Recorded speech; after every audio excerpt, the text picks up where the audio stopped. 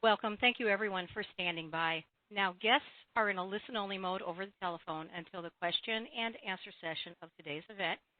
At that time, you may press star 1 on your touch-tone phone if you would like to ask a question. Today's conference is being recorded. If you have any objections, please disconnect. Now, I would like to turn it over to your host, Mr. Andrew Schlack, and thank you so much, sir. You may begin. Terrific. Thank you, Fran, and good afternoon, everyone. We'd like to welcome everyone to today's webinar.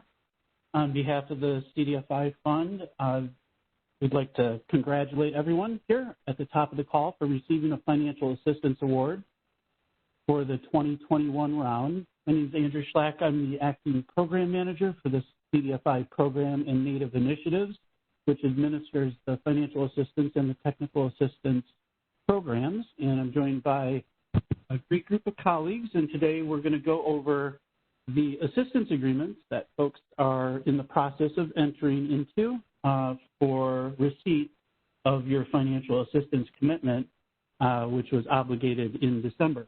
And so assembled on the call today, joined by a host of colleagues, including Elizabeth Hoffman, who has coordinated the funding round for financial assistance and technical assistance for the 2021 round. So you recognize Elizabeth's name. Sharon Johnson-Theodore, who's also on the CDFI Program and Native Initiatives team, who's coordinating the closing on the assistance agreement as key presenters in today's conversation, along with Janet Coach, who is coordinating the modifications. So if there are changes that you would like to request being made to your assistance agreements, Janet is coordinating that.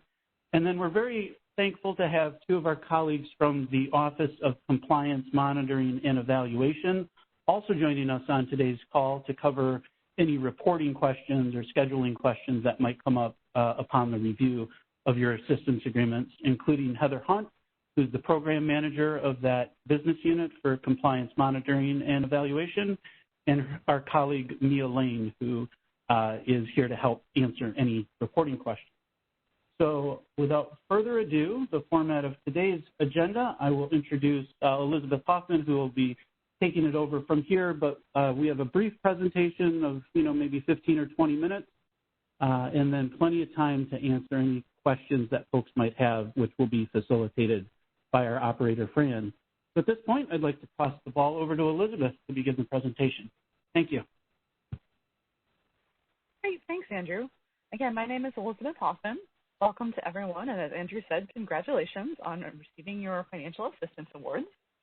The presentation that we are going to do a subset of the slides. This slide you're seeing right now is the full list of slide agenda on the PowerPoint, which we can navigate you to later, but was posted on our website on the Step 4 Closing and Disbursement section of our CDFI Program Native Initiatives website.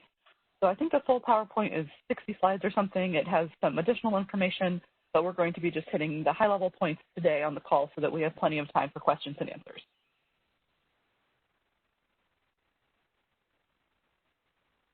To give a quick overview, the assistance agreement is the legally binding contract between us, the CDFI Fund, and you, the recipients.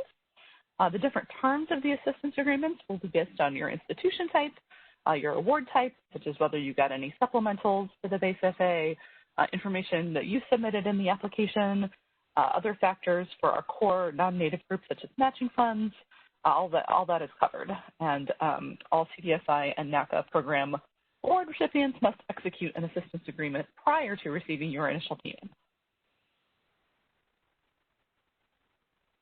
There are several key components of the assistance agreement. It will contain your annual reporting requirements and associated deadlines. You might want to go ahead and set up some calendar reminders for yourself in Outlook or whatever software you use so that you don't miss your reporting requirements. Your performance goals and measures. It will include the list of authorized activities, general award terms and conditions. If you are one of our awardees who received part or all of your award in the form of a loan, the promissory note and loan terms will be included. And schedules for your other forms as award will be applicable as well. So please, we ask you to read the entire assistance agreement, especially if you are one of our past recipients. Terms and conditions terms and conditions may change slightly from year to year, and you want to make sure you're adhering with all the reporting requirements, PGMs, and deadlines. You should keep a copy of your assistance agreement on file. It is in the award record portion of your AMIS account. And as we said, calendar reminders can be helpful to make sure you don't miss any of your AMIS reporting dates.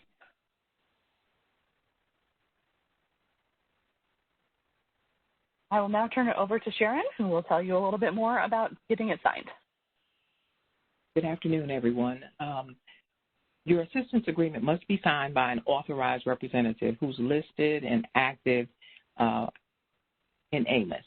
And your authorized representative must be and must have the legal authority to enter into the assistance agreement, and the title must reflect the leadership position with the authority to sign legally binding documents on behalf of the recipient's organization. Under no circumstances can consultants sign an assistance agreement on behalf of your organization.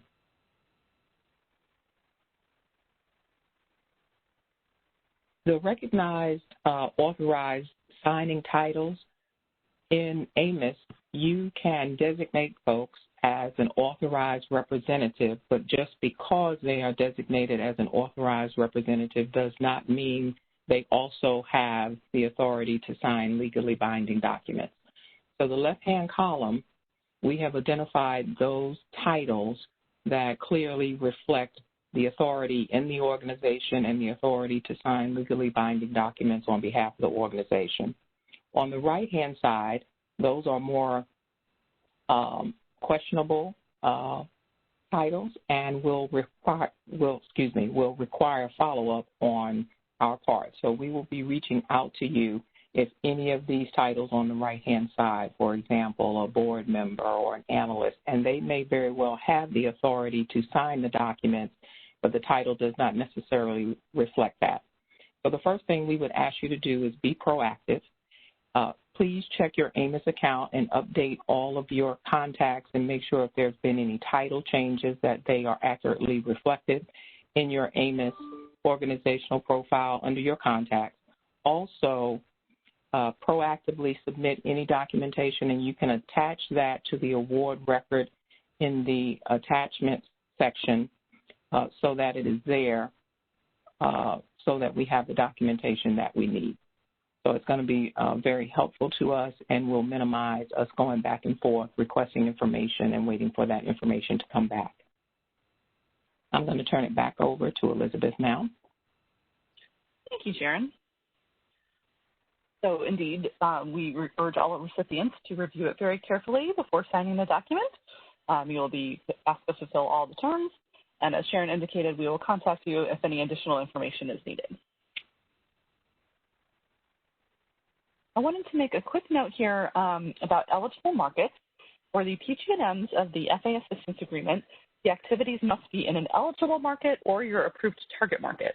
And just to clarify, eligible markets have a very specific definition, as indicated below, specific geographic areas, or also individuals that might be low income, African American, Hispanic, Native American, Native Hawaiian, Native Alaskan, or other Pacific Islanders. So as you're going about, when it comes time for reporting, you can report on activities in target markets and eligible markets. This slide shows the assistance agreement process. Step one has been completed for almost everybody. Recipients have received your email notification that your assistance agreement is available in AMIS. If you are a core non-native group that had to submit additional matchings on the documentation, that has not yet been reviewed. That process is underway. So if you fall into that category, you would not have received your assistance agreement yet. But almost all other groups, unless there was a name change causing it to be on hold or some such thing, we have gotten the bulk of the assistance agreements out, and the notification has gone out. Next step is that you will review and sign the assistance agreement electronically and submit any required documents attached to your award record, for example, the Certificate of Good Standing. From there, it goes over to our compliance team. They will review the compliance issues for any prior recipients to ensure there are no problems. Then step 4, it comes back to us on the CDFI and NACA program team. our program manager will countersign your assistance agreement, and then the payment process can begin. You will receive an email when your countersigned assistance agreement cover page is available for viewing in AMIS. And then step 6, your initial payment will come through based on the information you have in SAM.gov. We're going to take a look at a couple screenshots now. This is the cover page of your assistance agreement. A couple things to highlight: the award number, the official tracking number we use if we need to go back and forth on it. The announcement date for our FY21 FA awards were announced on December 8th, so that is the start of everyone's first period of performance. All those dates, of course, are contained in the later schedules. There are the spots there where the digital signing will occur.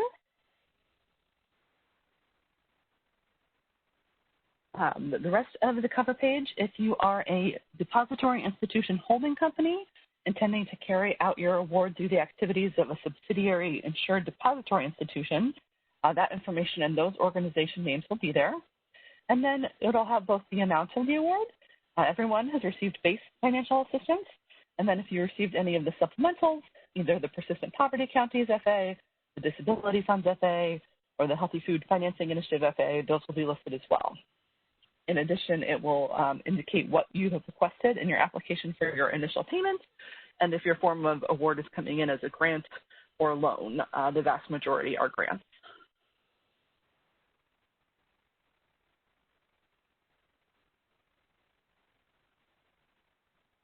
Also in your assistance agreement are the performance goals and measures. These are benchmarks that a recipient must meet in order to remain in compliance. Note this is not the only compliance measure. Submitting reporting requirements for some groups that are required to have audits or single audits, having a clean audit is required as well. But meeting the PGMs is a big part of our compliance determination. I know this is really small. It's just meant to be a screenshot, but this is we're going to look at the screenshot of 2 PGMs here just to sort of highlight how they look in your assistance agreement. Only the ones applicable to your organization will appear. This is PGM 1-1 to increase the volume of financial products. So in each description, in each PGM, there will be the description paragraph, and then there will be the applicable benchmarks with the dollar amounts laid out for you.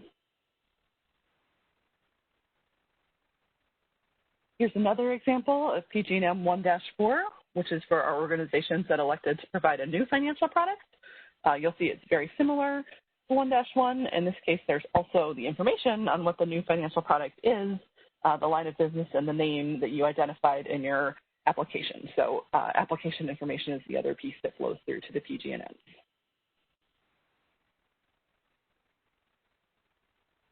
Many of our recipients did receive the supplemental award for PPCFA, Persistent Poverty Counties, and so that will have a PG&M as well, as with the other supplementals. One important piece to highlight here is that the financial products reported under this performance goal for PPCFA may not also be reported under other PG&Ms.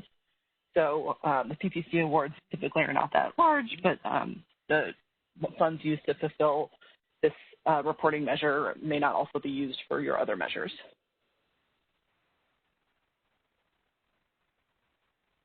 And then all recipients will have performance goal in measure 5-1. This refers to the actual deployment of the financial assistance award. It has 2 pieces. The first is that within the first period of performance that you spend 90% of your initial FA payment request. And the second is that you spend the full amount of the award by the end of the period of performance.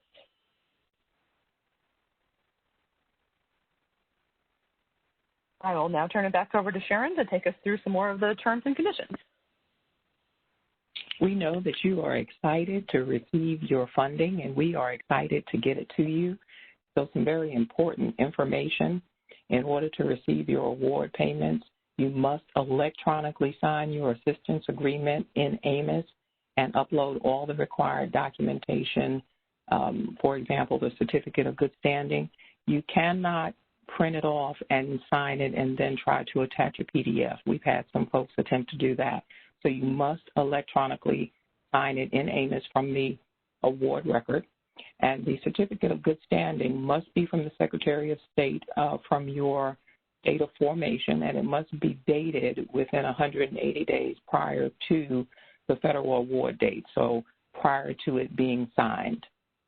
If you have in-hand matching funds documentation, we also need for that to be submitted. We have reached out to some folks, and they needed to update their information. And so thank you very much for submitting that. If you have not submitted any matching funds documentation that has been requested of you, please do so. You also must maintain and comply with the terms and conditions of any prior award from the CDFI fund. And very, very, very important, I cannot stress how important, updating your SAM information at least every 6 months. If any of your information has changed, please, please, please update your SAM account, and the name that is in SAM must be the same name that is in AMIS. We cannot update your SAM information. That is your sole responsibility, and probably 98% of the payments that have been rejected, either the initial payments or subsequent payments, are because the information in SAM has not been updated, so very important. Also, if the entire amount of your award is not dispersed in the initial payment, then you must submit a subsequent payment request at least 30 days prior to the end of the period of performance. And I will turn it back over to Elizabeth. Thanks, Sharon. We're now going to talk about making changes to your assistance agreement. There is 2 ways this happens. If you have not yet signed it, if it has not been executed yet, you can request a modification before it gets signed, and that would be through submitting a service request in ANIS. Examples of things that can be modified, for example, that first payment amount we looked at, there will be a PGM that you have to expend 90% of your first payment amount within your first year. Maybe there's been some changes in your business plan, or you've had some additional capital come in, and you're confident that you can deploy the whole award in over the 3 years, but you'd like to make a change on that amount for that initial year. Or conversely, perhaps you'd like to request more than you initially did. That would be an item that you could request a modification for. Once the assistance agreements have been signed, there are provisions in Section 7.9 about how you may go about requesting an amendment. That would be for similar issues, and it'd be done via a service request. Please note that we will approve modification and amendment requests on a limited basis at the sole discretion of the CDFI fund. Recipients should not assume that they will be approved. We will continue to post information on our website, www.cdfifund.gov. As I mentioned, the larger PowerPoint with a full set of slides is available on the CDFI program or Native Initiative sites under that Step 4 Closing and Disbursement link. And if you have questions regarding the general terms and conditions, reporting requirements, or allowable uses of funds, please submit a service request in AMIS. That is by far the fastest way for us to route your question and get it answered properly. This concludes the presentation. I will now turn it back over to our operator, Fran, so that we can begin the question and answer period. Thank you. Now, if you would like to ask a question over the telephone, please press star 1. Take a moment to record your name. Your name is needed to introduce your question. So again, star 1. One moment, please, for our first question. Great, Fran. And while you're teeing up the first batch of questions, as Elizabeth indicated, there is a resource page on the website. And while we're waiting for the first questions to come in, I'm just going to navigate folks over there. If you had a colleague who was not able to join the webinar today, I just want to assure everyone that materials will be posted. So again, our website is cdfifund.gov. You use the main menu here and hover over Programs and Training. Go to Programs. There's the CDFI program, and there's also the Native Initiative. So depending, there's a symmetrical structure on both of these pages. So I'll just go in the CDFI program, and you click on this link, you'll land on the home page here for the program. At the very bottom of this program is the flow chart here. As Elizabeth indicated, materials for closing and disbursement are covered under Step 4 here. If you click on Step 4 to go to closing and disbursements, these are all the documents. You'll see documents from previous years as well. But today's materials are already posted up here, so getting them acquainted with your FA assistance agreement along with a template. And then as these webinars are being recorded, these will be posted in the next several days. So that's a quick navigation. Fran, did we get any questions? Yes, as a reminder, if you have a question, press *1, unmute your phone, and record your name. So that said, I have only one question at this time. John York, your line is open, and please go ahead and ask your question. Hi, yes. There's language in here about the recipient shall not transfer assistance to any affiliate or subsidiary without the prior written approval. It seems that that's getting towards doing a transfer from like a fund to a fund or something like that. Would that apply, though, if you were going to make a loan to a affordable housing developer that shares common control? Is that considered a transfer in that instance? So this is Andrew, and I should have put more context around the questions. This is very specific to an organization, the assistance agreements. That clause is particular. Usually the only time that clause is approved is if there is a merger or acquisition. And so we want to look at the details that you're proposing here. And so please submit a service request so that, we can look at this issue. I'd like to limit today's questions to things that are general in nature that are universally applicable. But I appreciate the question. I know exactly the issue you're talking about, but that clause is really, like it says, it's not exercised often. And in, no circumstances are these funds really like pass-through, right? So those transfers have been approved on a very, very, I'll just say, limited basis as a result of mergers and acquisitions. But I'd suggest that you submit a service request and we can spend more time together outside of this call. Okay. Thanks for the question. Appreciate it. Thank you both. Our next question now is from Maria. Ma'am, your line is open. Thanks. I was just wondering, and I'm sorry if I missed this, but the timeline when you went through the process after we signed, then there's a compliance, then you have to counter it, then CDFI fund countersigns, then you issue the payment. Could you tell me generally how much time I should expect between those different elements after we sign? Is there a certain number of weeks within which you will countersign, and then after the countersigning, is there a certain number of days or weeks after which we can expect the funds?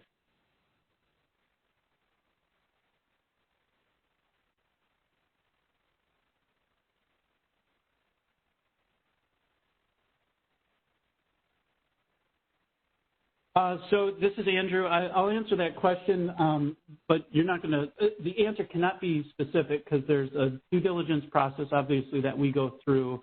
I can explain in general terms. I mean, we're collecting assistance agreements currently that are signed.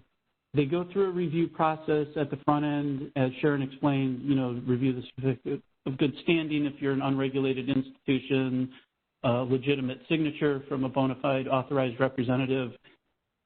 These documents in the record will then go to our compliance team, which me and Heather are reviewing actively to make sure that everyone with a past award is current on other CDFI fund assistance agreements. And then it shows up to the program manager approval level.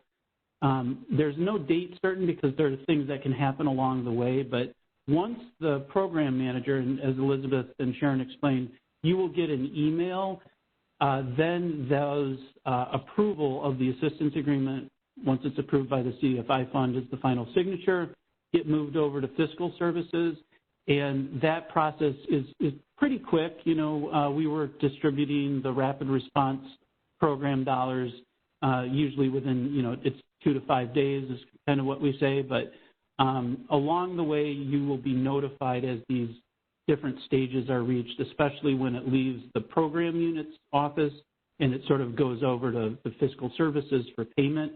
But at that point, it's typically, our experience is it's between 2 and 5 days. Does that answer the question? Yes, it does. Just one more follow-up. You said that we'll be notified when it leaves the program office and goes over to the school services maybe.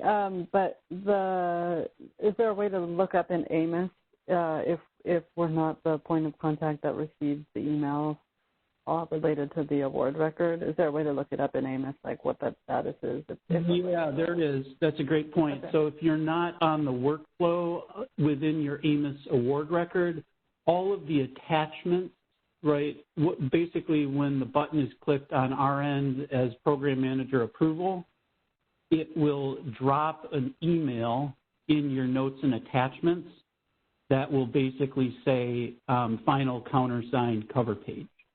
And when you see that, you will know then that it's been advanced to fiscal services. And the money, again, with your SAM account being up to date, if there are problems with that SAM account, as Sharon explained, that can take a long time to sort out. So encourage everyone on the phone today to just check in on your SAM account, make sure that that's current. But yes, to your point, if you do not receive the email as if you're not an authorized representative on the account, you can log in, look at your award record, and you will see whether or not that final email has been dropped. Got it. Thank you. Yeah, of course. Thank you both. Our next question now is from Adif Rizvi, and sir, your line is open. Thank you. Good afternoon. My question is, we had submitted the matching funds guidance document that you had sent to us for those funds that were committed and not yet in hand on January 31st. I heard Elizabeth saying that assistance agreement was sent to all the applicants, but we haven't received.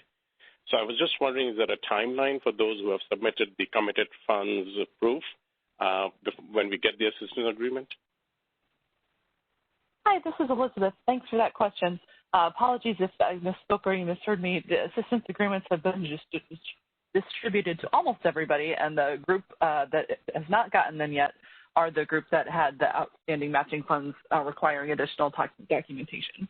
So we are in the process of reviewing those right now. It depends on what else comes up, but we're hoping maybe a 2 to 3 week timeline for reviewing those. And if everything is in order, then we would be receiving your assistance agreement then. Thank you so much. Welcome. As a reminder, if you do have a question, please press *1, unmute your phone, and record your name. Presently, our last question is from Pete, and sir, your line is now open. Do you have any guidance on the new AMIS portal or instruction on navigating to sign everything with the assistance agreement? I noticed that the documentation that was sent out was for the old system. Is there anything on the new system? That's an interesting question because I believe, I know that the team did go ahead and update all documentation. I can take a double check on that, but my understanding was that the folks had gone through and done the new screenshots. I would say within Lightning, sort of the general advice that I have that I've been finding is that, and I think Andrew's going to try and share his screen here so we can look at it at a group in AMIS together, but where it used to be sort of everything was on one page, Lightning, it now seems there's pretty much 2 pages. One says something about details and one says related, and a lot of the things that you're looking for are going to be on the related page. Andrew's navigating here too. If you go to cdfifund.gov, up in the upper right-hand corner, clicking log into AMIS, there are some various tools and guides here, but the guidance should have gone through how to sign your assistance agreement specifically. It would be through going and finding the award record.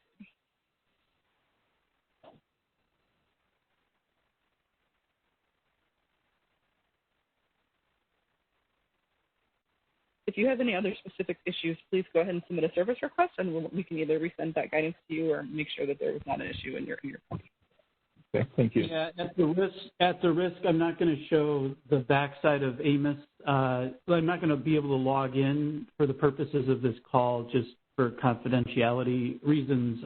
If I logged in and somebody's account came up, So, yeah, if you're having trouble navigating in AMOS, the Lightning interface, I mean, we waited to launch the assistance agreements in part to sync up with the Lightning launch. And Sharon Johnson-Theodore, we've updated, and I think you've confirmed that all of the documentation for example, for subsequent payments and for processing, navigating your assistance agreement, all the Lightning screenshots should be up to date. So I don't know if the caller, if you may have downloaded a document in the past, we would just suggest that you go and access the current documents.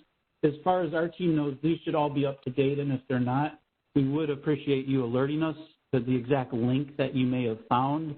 As you can imagine, there's a lot of links that needed to be updated, and there's a chance that you've stumbled upon one that's not up to date, and we'd love to have your help to, correct that error. Thank you. Thank you. I have no further requests in queue, so I would like to turn it back to Mr. Schlack for any closing remarks. Great, Fran. Well, we'll hold the line. I know some folks like to hear if other people are asking their questions for them, and then they don't have to ask the same question. So we might get a couple more questions that trickle in.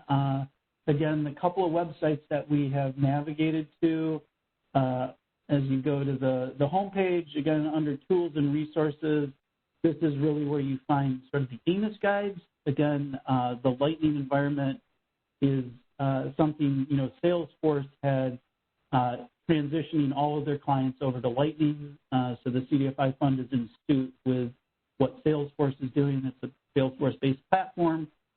So I think over time, the Lightning experience will add a lot of benefit to ease of navigation, et cetera. But there are new guides that the team, our IT team, has done a great job in updating with new, basically it's the same data, it's just a different aesthetic and a user interface. And so these are the guides. And then if you go, again, to where the program information, again, if you'd like to share today's presentation with a colleague, underneath CDFI program, and step 4 here at the bottom on accessing closing and disbursement packages. So at this time, Fran, we'll pause. If there are any other questions that have come in, we'd love to answer them. And again, if something comes to mind after this call, we love, helping folks. And the best way to get a response to any question always is using the service request system in AMOS. And so just encourage everyone to continue to ask your questions and submit a service request. But Fran, are there any more telephonic questions today? Yes. Actually, we have 2. So, Sean, your line is open. You may go ahead and ask your question.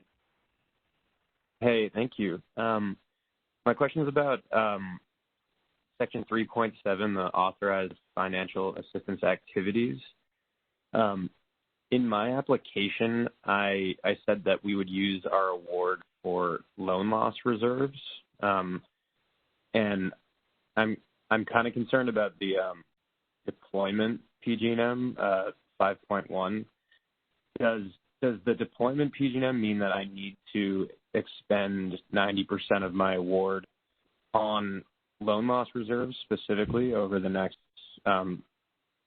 period of performance, or if I don't hit that target and I say use financial products instead, is that okay, or is that something that we would be sort of penalized for or hurt a future application? Hi, Sean. Thanks so much for your question. There's 2 pieces to your answer. And the first is that recipients may spend their awards on any of the allowable uses. So if you had anticipated loan loss reserves in your application and decided to change and offer financial products or development services, that would be perfectly fine. The other piece to your answer is that the award funds are considered expended when they're allocated for one of the approved uses. So if you took your whole award and wrote it off tomorrow to your loan loss reserves, that would be considered said and done. It doesn't have to wait till you actually have a loss that's reimbursed from the loan loss reserve. Okay. Thank you. Does that answer your question? I think so, yes. Thanks. Thank you. Our next question over the phone is from Elena Zekas. Ma'am, your line is open. Hi. You actually just answered my question. I was wondering the same question about authorized financial assistance activities. If we propose something in application and then situation had changed, should we submit the service request or we just can go ahead and use allowable activities without any additional requests? Thank you. You got that just right. Yes, you can use it for your award for any of the eligible activities. Mm-hmm. Thank you. Thank you. Thank you both. Over the phone lines, I have no further questions at this time. Well, terrific. I want to thank everyone for the participation today. I hope we answered a lot of the questions out of the gate that folks may have on their assistance agreements. Again, as shared, we're eager to help get the dollars out into the communities that folks are serving and are just standing by to help you close on these assistance agreements in the most efficient manner possible. And thank again our panelists and presenters today. And on behalf of the whole team and the CDFI Fund, we're thrilled to have awarded this number of awards. It's been a record year, and desperate times require a desperate response. And you guys, the creativity in this year's applications, the amount of work that went into preparing them, and here we are at the final stages before the capital starts to go out into communities. So we're really excited to bring this to a close, and we'll close out today's call. If there's nothing further, hope everyone has a great afternoon. Thanks for participating. As conference is now concluded, again, thank you everyone for your participation. Please go ahead and disconnect at this time.